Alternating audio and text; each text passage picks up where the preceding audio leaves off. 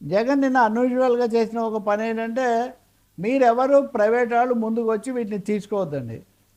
మీరు ఆ టెండర్లలో పాల్గొని వాటిని కనుక మీరు తీసుకుంటే మీకేం లాభం రాదు, నష్టం వస్తుంది. రెండవది, మేము వస్తే మటుకు వాటిని ఖచ్చితంగా క్యాన్సిల్ మేము వస్తాం, వచ్చి వీటిని మేము రద్దు చేస్తాం. దానివల్ల మీరు నష్టపోతారు. కాబట్టి ఎవరు పాల్గొనకండి, ఈ బిడ్డింగుల్లో పాల్గొనకండి అని. బహుశా ఇది ఒక కొత్త కొత్త తరహా హెచ్చరిక అని చెప్పి అనుకోవాలి, లేదా బెదిరింపు అనేవాళ్ళు కూడా అనొచ్చు. ఇప్పుడు అమరావతి అంతకుముందు ప్రభుత్వం అంటే ఈయన దాన్ని ఆపేశాడు.